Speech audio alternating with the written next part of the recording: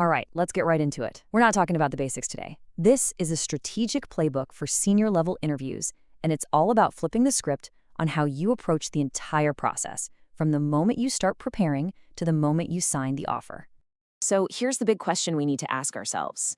Because an executive interview, well, it's not a test. It's a business meeting. And you are the product. The real goal isn't just to give the right answers. It's to completely shift the dynamic. So you're not just another candidate. You're an indispensable asset. Okay, so here's our game plan. We're going to break this down into 5 key parts. First, the prep work. Then, that all-important first impression.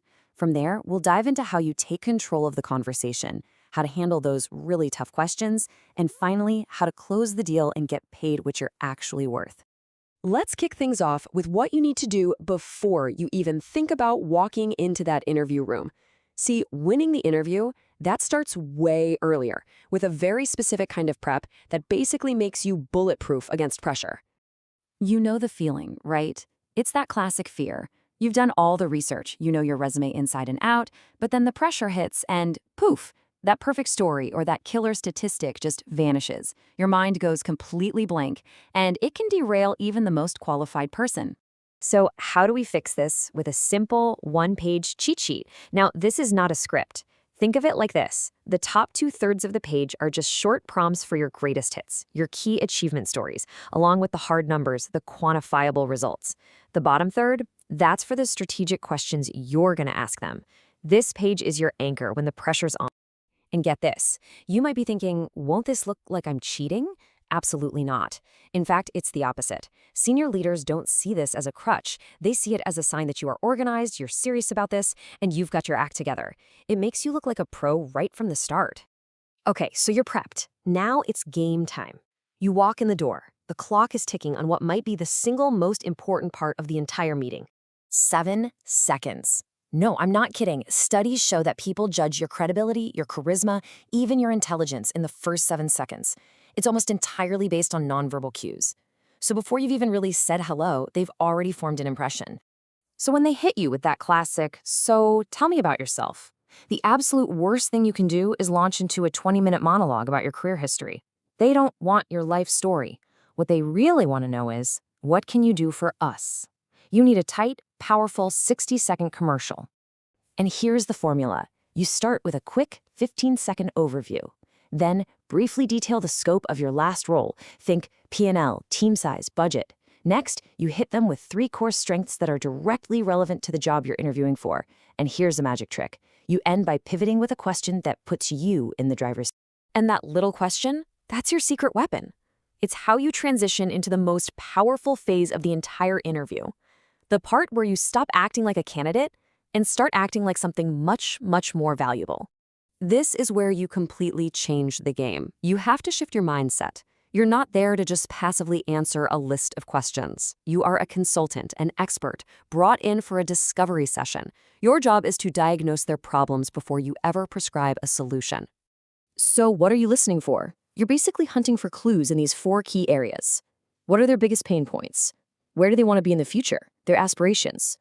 What fires need to be put out right now? And what are their big, long-term growth goals? Every question you ask should be aimed at uncovering one of these things. And this is the absolute golden rule of this phase. This is not an interrogation. It's more like a game of tennis. You ask a question, they hit the ball back with a challenge or a goal, and you immediately return it with a story.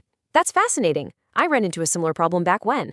You have to connect their need directly to your proof of success. Of course, it's not all going to be you asking the questions. They're going to have some tough ones for you. So let's break down how to handle one of the most common and most dangerous. So, why did you leave your last job? The psychology here is everything. The wrong way to answer is to frame it as you running away from something bad, a terrible boss, a toxic culture. Even if it's true, it just sounds negative. The right way is to always frame it as you running toward a bigger, better opportunity, which, of course, is their company. To pull this off, just use this simple 3-part formula. First, say something genuinely positive about your last company. Second, frame your exit as a search for growth that just wasn't available there. And finally, pivot right back to them with a positive, forward-looking question about their future. It shifts the focus right off your past. All right, let's move to the end game. You've nailed the interview, you've demonstrated your immense value. Now comes the critical part, making sure your compensation actually reflects that value. So, to win at negotiation, you have to understand this little psychological trick our brains play on us called anchoring bias. It's simple. Whatever number gets mentioned first in a negotiation, our brains latch onto it and use it as the reference point for everything that follows. And that leads to the golden rule of salary negotiation. Whoever says the first number loses. If they ask for your current salary and you say 150K, you have just anchored this entire negotiation around that number. Even if they were secretly willing to pay 225K, your job is to get them to say the first number. Period. But here's the real pro move, the higher level strategy. By using that consultant mindset and proving you're the solution to their biggest problems, you become more than a candidate. You become a high return investment. And when they see you that way, their initial salary range, it starts to become irrelevant because the value you bring to the table completely eclipses. So let's bring it all together. This whole process is built around one single, powerful shift in thinking. The goal isn't just to be the best candidate for the job, it's to prove that you are the most valuable investment they could possibly make, an investment they simply can't afford to lose. So, are you ready?